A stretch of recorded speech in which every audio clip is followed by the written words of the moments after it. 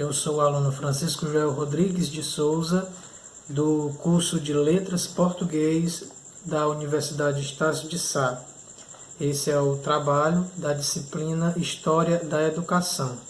Nesse vídeo eu buscarei fazer uma breve síntese sobre a história da educação, desde lá o berço da nossa cultura ocidental, que foi a Grécia, até a educação que temos hoje, chamada educação da contemporaneidade.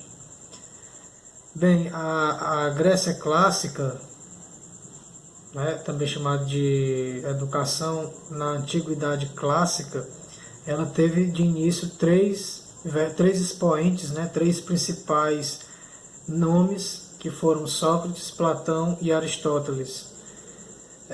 A educação grega ela acontecia naturalmente, claro, de cunho religioso, e tinha uma visão como o homem sendo o centro do universo. Na educação ateniense, nós encontramos uma preocupação com a preparação integral do cidadão e uma atenção especial. As meninas eram ensinadas no ambiente familiar. Já na escola espartana, se tinha uma educação mais voltada para a guerra, para a formação dos soldados, enfim, o uso dos materiais de guerra. Era realmente uma educação voltada para a guerra, para a atividade mesmo laboral. Na educação romana, nós encontramos uma preocupação em proteger-se da inovação estrangeira, de modo que eles tinham um respeito muito intenso à tradição ancestral, aquilo que era passado de pai para filho, sobretudo os cuidados com a religiosidade, os cuidados com a cultura própria que eles tinham, que era de suma importância preservar. Já na Idade Média, que corresponde entre os séculos V e XV, o grande legado da educação que nós podemos perceber é o monopólio do campo por parte do clero e o método escolástico, e também o surgimento das primeiras universidades. Surge um novo tipo de intelectuais, os padres cristãos, chamada a Era da Patrística. A Igreja Católica, nesse auge, era quem tinha todo o monopólio do Estado, dominava mesmo a sociedade. A Igreja Católica foi um importante desenvolvimento da ciência e da preservação da cultura. E nós podemos citar os monges copistas. Eles eram responsáveis por armazenar, por escrever todo aquele conhecimento que ia sendo moldado, formulado nesse período. Na Idade Média, o modelo educacional da Igreja era uma cópia do Império Romano. Surge, portanto, duas correntes de pensamentos filosóficos: a patrística, com seu principal expoente Santo Agostinho, e a escolástica, com São Tomás de Aquino. Entretanto, essa escola, essa universidade que surge, ela é extremamente elitista. Por mais que fosse voltada para a formação dos monges, dos padres, também se tinha um conceito de que a educação era para a elite, ou seja, para quem realmente tinha a detenção do poder, quem tinha aquisição de bens, a burguesia. Portanto, dois segmentos de educação e de como pensar a educação: a trivium e a quadrivium. A trivium 3 era uma homenagem à Santíssima Trindade, Pai, Filho e Espírito Santo, com as três disciplinas: dialética, retórica e gramática. A quadrivium, por sua vez, era composta pela aritmética, pela geometria, pela música, pela astronomia. Um dado importante é que surge a primeira universidade, criada em Bolonha, regulamentada pelo Papa somente em 1252, apesar de que em 1154 o imperador Frederico já sinalizara os primeiros passos da criação das universidades. Em síntese, nós percebemos que até então a educação ela era somente destinada para uma parcela bem pequena da sociedade, sobretudo aqueles de elite, aqueles que detinham o poder religioso, o poder econômico. Era uma educação para poucos. E nos perguntamos onde aquela maioria da população, a população pobre, dos feudos, a população operária, trabalhadora, onde elas se encaixavam. De fato, nós podemos meditar que era uma educação fechada, pouco participativa, mas não podemos julgar a história. Podemos sim dizer que foram passos sendo dados até chegarmos à educação que temos hoje, uma educação libertadora, uma educação mais participativa. Mas continuemos a história. Chegando à contemporaneidade, à história dos nossos dias atuais, o marco desta nova era, por assim dizer, a era da contemporaneidade, ela se dá por dois grandes momentos da história. Na verdade, duas grandes revoluções, a Revolução Francesa e a Revolução Industrial. Ambas com grandes impactos políticos, sobretudo na Revolução Industrial, quando se tem lá o início do uso das máquinas, sobretudo a máquina a vapor e ao carvão. E aí nós vemos a idade, o início aí do trem, do uso do trem como meio social, para levar inicialmente a matéria-prima e depois condução humana. Então esse foi o grande marco histórico do início da contemporaneidade. Entretanto, a educação do século XXI, o nosso século, ainda encontra-se com muitas contradições. Ao mesmo tempo que nós possuímos uma tecnologia com muitos aparatos, com muita qualidade, nós ainda nos deparamos com muitas dificuldades, sobretudo dificuldades sociais, em meio a uma sociedade consumista, uma sociedade que não tem freios no consumo e cada vez mais instigada a consumir a bens de consumo pouco duráveis. Compreender como o estudo sobre a educação nos fornece ferramentas para enfrentar os muitos desafios da sociedade da contemporaneidade. O marco da história da contemporaneidade foi pautado por duas grandes revoluções, a Revolução Francesa e a Revolução Industrial, lá pelo final do século XVIII, que tiveram grandes impactos políticos, sociais. A Revolução Francesa, com o desligamento da Igreja, do Estado, e a Revolução Industrial como marco de início do uso das máquinas, sobretudo da máquina a vapor, o uso do trem como meio de transporte da matéria-prima e, consecutivamente, como meio de transporte humano. Enfim, chegamos ao século XXI, um século marcado por muitas contradições.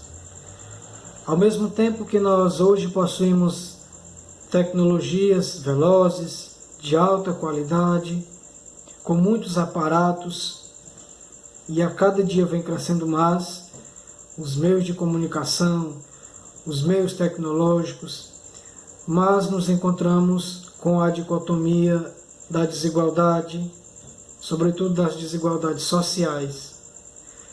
E em meio a essas desigualdades, nós também percebemos o aumento do consumo, sobretudo o consumo desenfreado de bens, uma indústria que produz muito, mas que olha pouco para os que têm menos.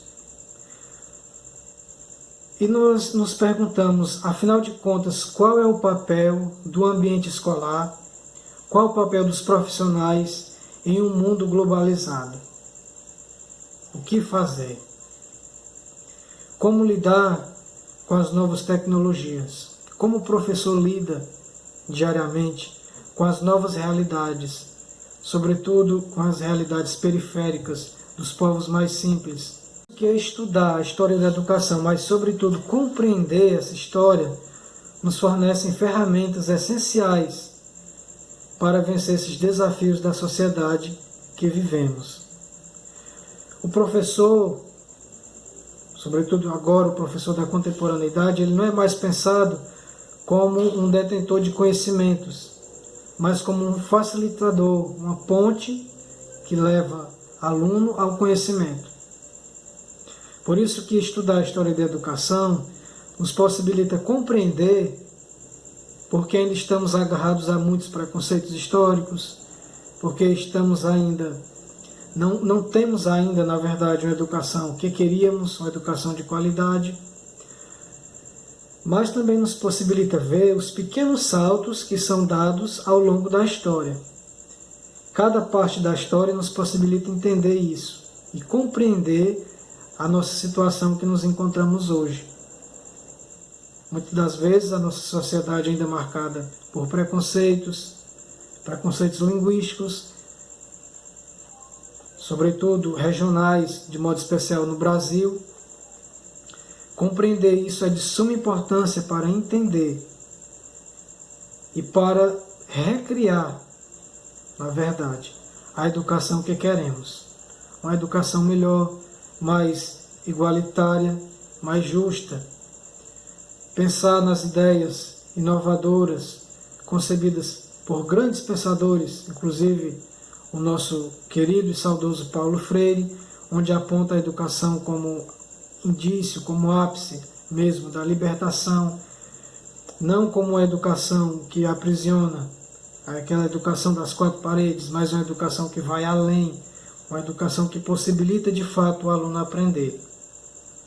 Chegamos à história da educação no Brasil. Esse Brasil que achado, como alguns autores já chamam, achado em 1500 pelos portugueses, já possuía uma variedade de cultura, de saberes. Entretanto, muito pouco sabemos das culturas já aqui presentes, as culturas indígenas. Poucos relatos, os únicos relatos que temos somente pinturas, desenhos, mas infelizmente a cultura indígena não possuía ainda a escrita, que era o meio mais viável de sustentação da sociedade no quesito história. Nesse sentido, podemos dizer que o século XIX ficou conhecido como o século da pedagogia. Nesse dado momento histórico, grandes pensadores buscavam solucionar e, na verdade, encontrar modelos de educação que correspondesse à crítica, sobretudo à crítica da demanda das lutas de classe, a burguesia versus o proletariado. Nos deparamos com grandes nomes como Gramsci, Lev Vygotsky, Maria Montessori e muitos outros autores que trazem novas concepções do fazer e do ser educação. Concepções inovadoras, pensando cada vez mais no aluno como agente, do aluno como protagonista, na verdade, do seu conhecimento. Para finalizar esse nosso vídeo, nós queremos dizer que para compreender a história da educação, é preciso também buscar compreender a história como um todo. É preciso ver que cada dado, cada momento da história da educação, ela é marcada estritamente por alguma coisa da história global, da história como um todo. No Brasil, já agora na década de 60 para frente, sobretudo no início da militarização das escolas com a ditadura militar, nós vemos muitos expoentes, muitos autores, sobretudo o principal autor, Paulo Freire, que traz a ideia da pedagogia da libertação, a ideia da pedagogia da autonomia, de trazer uma educação que reflita, uma educação dialógica, aberta, uma educação circular, na verdade. Então, pensar nessa educação, que é a que temos hoje, é essencial para continuarmos esse processo de educação aberta, uma educação que não é mais simplesmente o professor como o centro, mas o professor como facilitador, como orientador, e o aluno não mais como um ser sem luz, alúminos, mas um ser capaz de compreender, um ser que traz conhecimentos prévios. Compreendemos também que a escola não é o único lugar de educação. A escola é o meio de escolarização, mas há muitos outros lugares onde a educação pode ser feita, pode ser manejada, em casa, nas igrejas, nas ruas. Se compreende, portanto, que não se aprende somente na escola. A escola, ela escolariza, mas há outros ambientes em que se pode aprender. Em 1996, a educação brasileira deu um salto gigantesco com a criação da LDB, a Lei de Diretrizes e Bases. Eram leis que viabilizavam mais direitos para a escola, das quais nós podemos apontar uma gestão democrática no ensino. A União ela teria que gastar no mínimo 18% dos recursos arrecadados e os estados 25%, isso tudo para manter o ensino público. Nós vemos também a criação de um Plano Nacional de Educação, mais outro avanço gigantesco para a educação.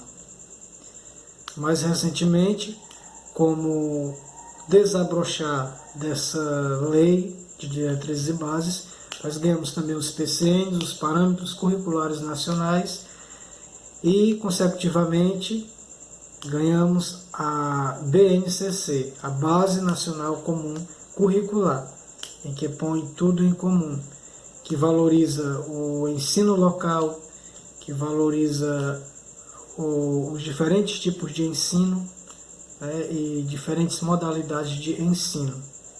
Tudo para cada vez mais se ter uma ampliação e o acesso, sobretudo, da escola àqueles que mais precisam, chegando desde os centros urbanos até as zonas rurais mais distantes. E, claro, vemos grandes saltos em governos recentes, como projetos que viabilizam a valorização da escola, projetos como o ônibus escolar, projetos como o direito à merenda escolar. Foram grandes conquistas conseguidas, frutos de todo esse processo histórico. É isso, espero que a atividade tenha sido esclarecedora, cumpra realmente os quesitos esperados. Agradeço cordialmente à professora Valéria, que está à frente da disciplina e que certamente estará também acompanhando esse nosso trabalho, essa nossa produção intelectual.